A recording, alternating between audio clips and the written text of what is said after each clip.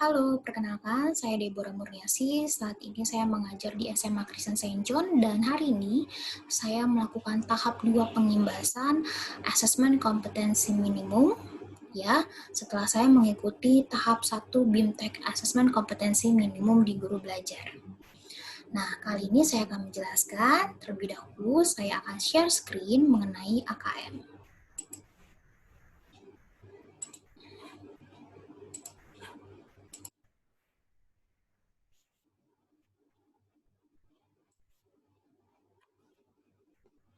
Ya. Saya akan menjelaskan terlebih dahulu mengenai latar belakang AKM. Nah, di sini hal yang melatar belakangi AKM itu sendiri adalah yang pertama saya akan jelaskan bahwa kita mengenalnya awalnya adalah ujian nasional gitu ya. Lalu ujian nasional sudah dihapus ya, terakhir kemarin di 2020 dan sekarang akan diadakan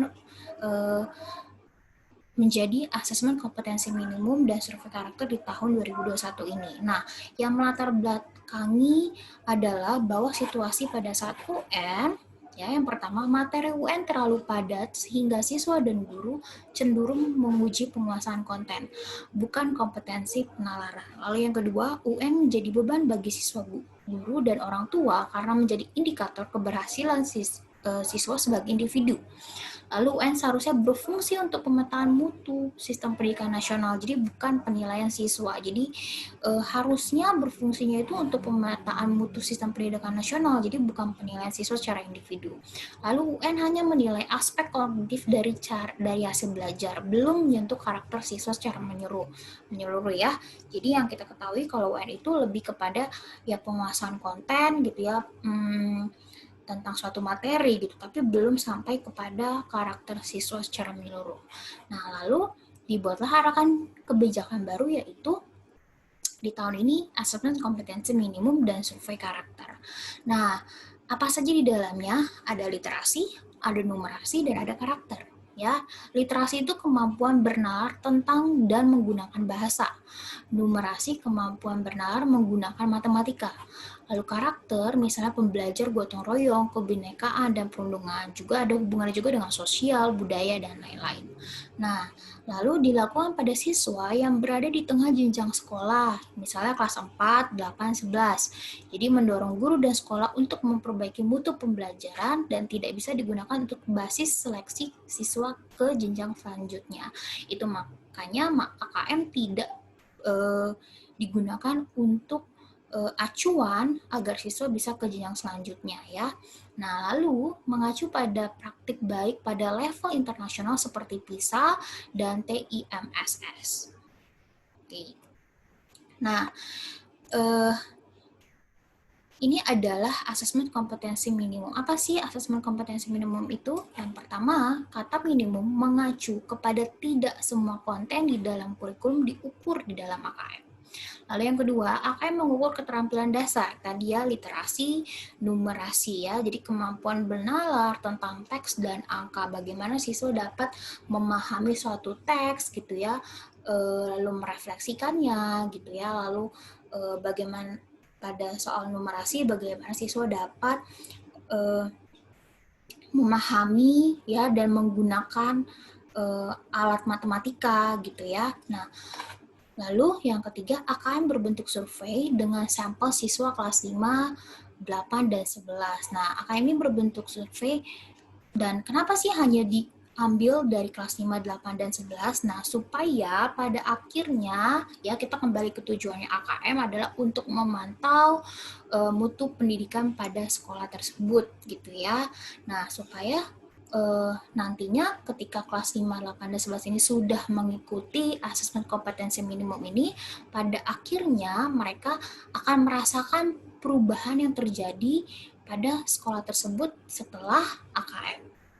Ya, jadi itu. Nah, lalu di sini ada komponen asesmen nasional. Nah, komponennya ada 3, yaitu AKM nasional, survei karakter, dan survei lingkungan belajar. Ya, tadi AKM nasionalnya ada literasi numerasi, lalu survei karakter, aspek terpilih dari 6 profil pelajar Pancasila, lalu survei lingkungan belajarnya, aspek terpilih dari model sekolah efektif, ya siswa, guru, kepala sekolah. Nah, ini adalah instrumen asesmen nasional dan informasi yang dihasilkan. Jadi ada 3 responden yang mengikuti AKM ini, ada murid, ada guru, ada kepala sekolah. Nah, lalu dari responden ini, maka instrumen yang digunakan apa? Nah, instrumennya adalah yang pertama murid, yaitu AKM literasi numerasi dan survei karakter. Itu instrumennya. Lalu informasi yang akan dihasilkan adalah hasil belajar kognitifnya, lalu hasil belajar sosial emosionalnya ya. Jadi kalau AKM literasi numerasi ini adalah hasil belajar kognitif, lalu survei karakter ini adalah hasil belajar sosial emosional. Nah, lalu responden lainnya adalah guru dan kepala sekolah. Guru dan kepala sekolah ini instrumennya adalah survei lingkungan belajar. Ya, lalu informasi yang akan dihasilkan adalah karakteristik input dan proses pembelajarannya. Seperti itu ya.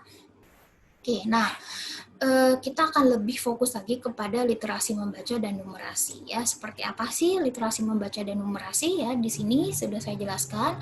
Literasi membaca kemampuan untuk memahami, menggunakan, mengevaluasi, merefleksi berbagai jenis teks untuk menyelesaikan masalah dan mengembangkan kapasitas individu sebagai warga Indonesia dan warga dunia agar dapat berkontribusi secara produktif kepada masyarakat. Jadi di sini siswa nantinya akan membaca suatu teks, diminta untuk mengevaluasi, ya, menggunakan ataupun memahaminya juga, lalu merefleksikan teks tersebut gitu ya. Jadi seperti problem solving. Jadi dari teks tersebut diberikan suatu kasus ataupun masalah, nah siswa diminta untuk problem solving gitu ya. Lalu dengan numerasi, kemampuan berpikir menggunakan prosedur, fakta, dan alat matematika untuk menyelesaikan masalah sehari-hari pada berbagai jenis konteks yang relevan untuk individu sebagai warga negara Indonesia dan dunia. Jadi di sini nanti siswa akan diminta untuk menggunakan konsep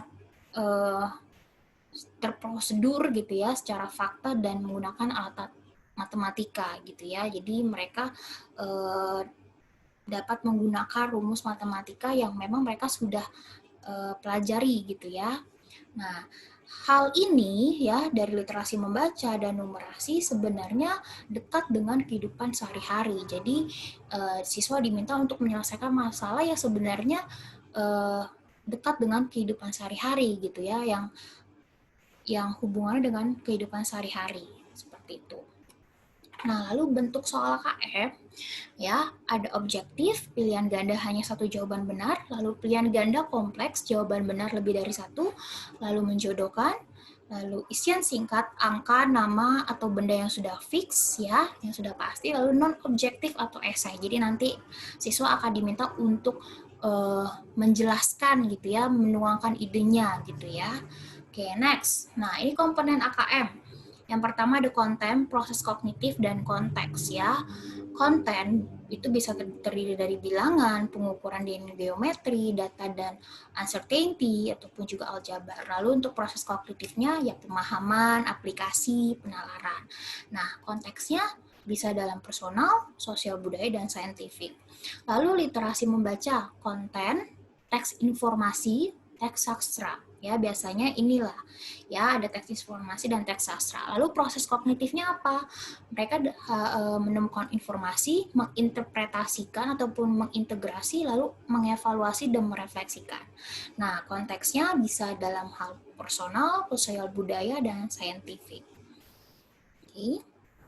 Nah, saya sudah carikan contoh soal literasi membaca. Ini sumbernya dari Pusmenjar ya. Di sini saya akan bacakan soalnya ya. Evan, utang dan gaya hidup. Selepas makan siang ini, Evan segera kembali ke kantor. Namun dalam perjalanan tiba-tiba dia melihat sebuah sepatu yang sangat bagus. Tanpa pikir panjang, Evan menuju toko. Evan membeli sepatu karena ingin pamer ke teman-temannya. Menurut Risa dan Doni, tindakan Evan salah. Risa berpendapat bahwa penampilan sangat penting untuk menunjang pekerjaan. Sedangkan Doni berpendapat bahwa ilmu dan kepribadian lebih penting daripada penampilan. Soalnya, pendapat siapakah yang kamu pilih? Ya, di sini ada pilihan Risa dan Doni. Lalu jelaskan alasanmu. Jadi nanti siswa diminta untuk memilih apakah jawabannya Risa ataupun jawabannya Doni.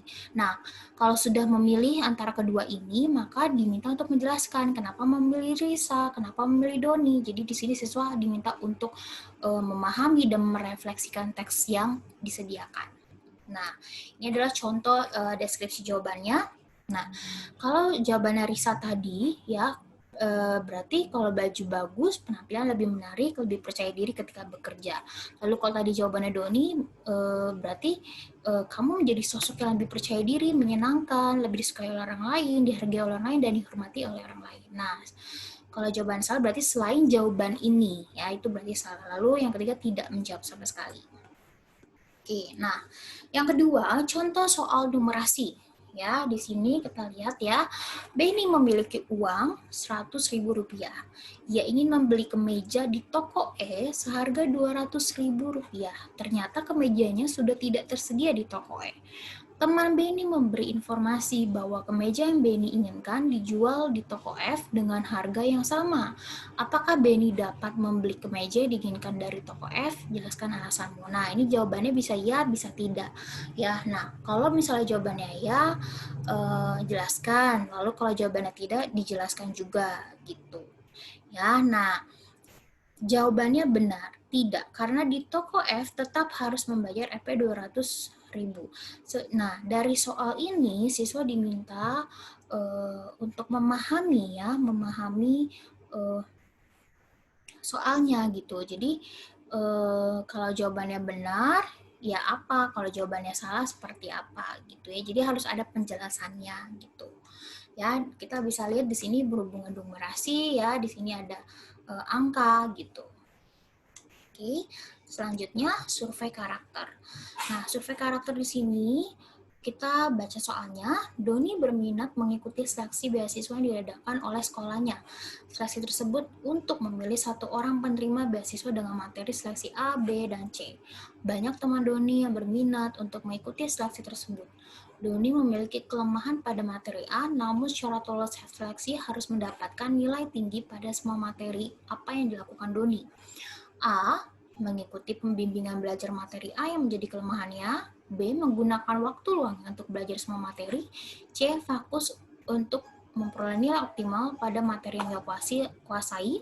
Dan D. Berharap bisa mengerjakan semua materi tes yang diujikan.